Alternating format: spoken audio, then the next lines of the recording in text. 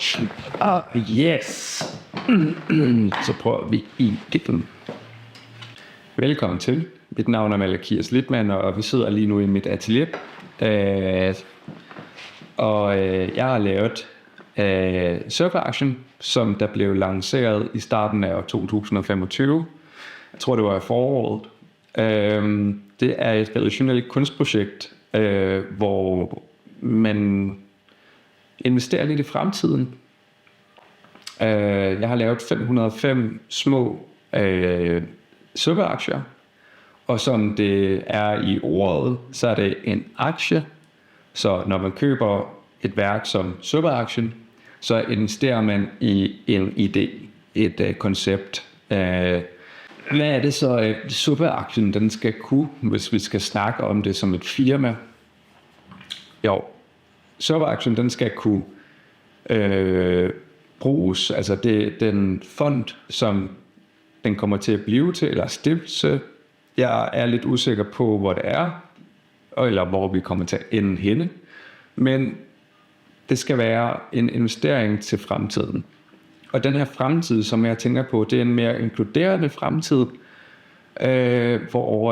hvor der kan ske nogle forskellige ting og sager. For eksempel børnekurser, hvor man investerer i ungdommen, som der lærer sig at lave, arbejde med hænderne, altså et håndværk. Fordi som jeg forstår det, så er det ikke lige det, man får allermest af i barne- og ungdomsskolen. Så jeg tænker, hvorfor ikke prøve at lave nogle tegne, lego-snit, træsnit kurser, som barn og ungdom de kan komme og være med til. Og så at også kunne betale kunstnere til at uddanne eller lære barn og ungdom inden for de her forskellige felter. Og jeg tænker siden, at vi har her i Frederiksstad Holmen Fællesværkstedet, så er det en rigtig god arena, som man kan få lov, eller hvor man kan arbejde og udvikle sine kompetencer inden for de forskellige ting.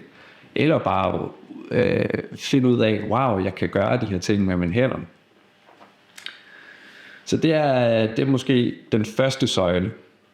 Den anden søjle, det er rekruttering af nye billedkunstnere, altså unge billedkunstnere, som der er nyuddannede, som der prøver, eller som der har lyst til at arbejde videre i det, de har uddannet sig til. Netop billedkunst, at arbejde med billedkunst og udvikle sin praksis. Så jeg har lidt et mål om, at Surfer-aktien skal kunne invitere kunstnere fra Skandinavien til at komme til Frederiksstad og arbejde her på Holmen, for at finde ud af, at Holmen og Fællesværkstedet faktisk er en ting her i Frederiksstad. Og på den måde, så viser vi også lidt, at Frederiksstad er en kunstby, og kan faktisk være en verdensby.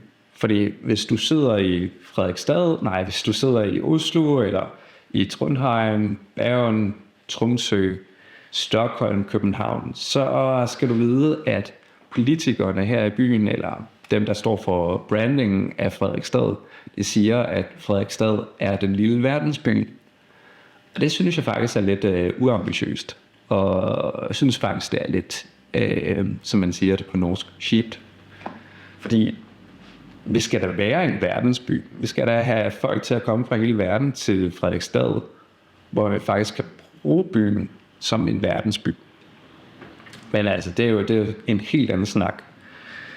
Men som sagt, Surfer-aktiens anden søjle, det er rekruttering af nye kunstnere til byen.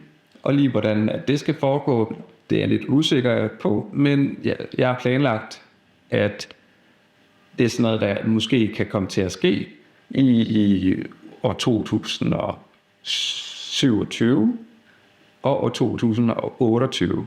Så jeg har sådan en planlagt idé om, at 25-26, det er året, hvor jeg sælger alle aktierne, finder de her aktionærer her, alle 505 aktionærer, og så vil de penge kunne stå i et år. Vi snakker om sådan en 200.000, 240.000 kroner, at der kan stå og udvikle sig. Forhåbentlig så stiger de med 7% plus og minus. og så kan man bruge de 7%, som den er steget med, til at holde kurser for barn og ungdom. Der er i et par kurser om året. Og så på den måde, at folk, jo længere tid der går, desto mere vokser fondet, og på den måde kan der ske mange flere ting. Og så bare for at være sådan helt drømmende og blåøjet naiv og drømmende, fordi at et projekt skal jo også have en drøm og et formål. Og det er jo, så er vi måske ude i noget, der hedder formidling. Og jeg vil gerne formidle, hvad grafik er. Så hvis vi ser på byen Frederiksstad, den har jo en historie i forhold til grafik. Der er jo lige et øjeblik. Så den her bog her, det er et katalog fra 1974 eller 1974, hvis man godt kan lide dansk, om den norske internationale grafikbiennale, som der har været i gang, eller som der sluttede i 99, tror jeg det var, og så var der sådan et eller andet jubilæum i 2005. Jeg husker det ikke helt. Men jeg tænker bare, at hvor ville det være fedt, hvis Suppeaktien kunne være med til at starte op biennalen igen. Det kan godt være, at biennalen ikke skal blive kaldt for en biennale, fordi at det er meget fast. Måske er det mere en grafikfestival til en start. Måske, ja, jeg ved ikke helt, hvordan det skal være heller. Men jeg tænker, at det vil være utrolig flot at have de her 3 søjler inden for Suppeaktiens formål. Altså uddanning af, eller udvikling af barn og ungdom, rekruttering af nye billedkunstnere til byen, for at vise, at byen ikke bare bliver en kunstnertom by. Og så også en grafikbiennale. Og så er det jo rigtig fedt, Sirius Kunstnerunion, styreleder Bibi Børsen, hun har lavet et samfundsregnestykke omkring, hvor de penge, som der bliver investeret i kulturen, i hvert fald med Sirius som udgangspunkt, så bliver regnestykket, at hvis du investerer 1 krone i kulturen, så er det faktisk, at kulturen giver tilbage. Altså, det bliver eksploderet med at den her 1 krone bliver til 6-7 kroner igen, som byen får tilbage igen. Og det tænker jeg, det er ret cool. Så hvis nu, lad os sige, at Suppeaktien i 2013, at den kan investere 100.000 i byen, så er det jo næsten 1 million, at byen får tilbage igen. Det synes jeg, det er et fedt samfundsregnestykke.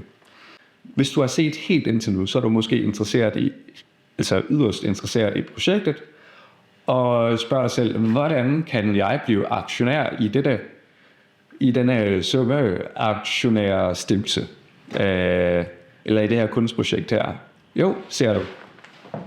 Nej. Du kan altid tage kontakt til mig, ring til mig, skriv en e-post, kontakt mig på de sociale medier, kom forbi Holmen Fællesværkstedet.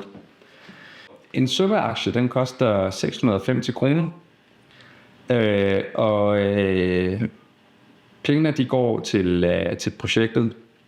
Hvad får du ellers for at være en del af Suppeaktien aktionærgruppe? Jo, det er jo sådan en idé, som der er taget fra selve de store firmaer, som der har aktier eller børsnoteret. De har jo hvert år sådan en konference eller et aktionærmøde for at gå igennem de forskellige ting og sager, som der er sket igennem året, og hvad det skal beslutte for fremtiden.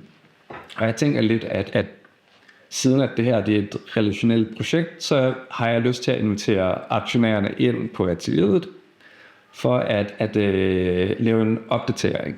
Altså en meget specifik ordning, hvor man kommer ind, man får noget godt i glasset, man får en skål suppe, og så fortæller jeg om, hvordan at aktien den er steget i sådan projektet, hvor langt er vi i projektet, hvad er der sket gennem året, altså i den her dur her. Og så har jeg også tænkt mig at lave sådan, når man har den her aktionærgruppe, årsmøde, whatever, så for eksempel så arbejder jeg på de her malerier i baggrunden, som jeg er i gang med at skrive en tekst til. Og den her tekst her, den har jeg tænkt mig at lave en performativ oplæsning. Så det er sådan, du får et ekstra kulturelt indslag, hvis du er aktionær. Og så bliver det helt sikkert også bare hyggeligt at skravle med de andre aktionærer. Så, what not to like? Så ja, så det jeg tror faktisk ikke, der er så meget mere at sige end investere i fremtiden, kommer at være med, følg med på rejsen. Den her video kommer til at blive lagt ud på YouTube, og jeg vil gøre mit bedste for at lave nogle videoer i forhold til suppeaktien hvert år. Jeg vil gerne formidle ud til dig, som der sidder bag en skærm, og formidle projektet, sådan at du kan være med på rejsen. Fordi det er en rejse, som jeg ikke kan gøre alene. Og det er en rejse, som der skal tages med andre. Fordi suppeaktien, den bliver delt med andre. Altså suppe til mange. Ja. Tak for din tid, og vi ses lidt pludselig enten til en suppeaktion eller et suppearrangement. Jeg vil gøre mit bedste for, at det bliver fedt. Yeah. Så tak. Ha' det bra.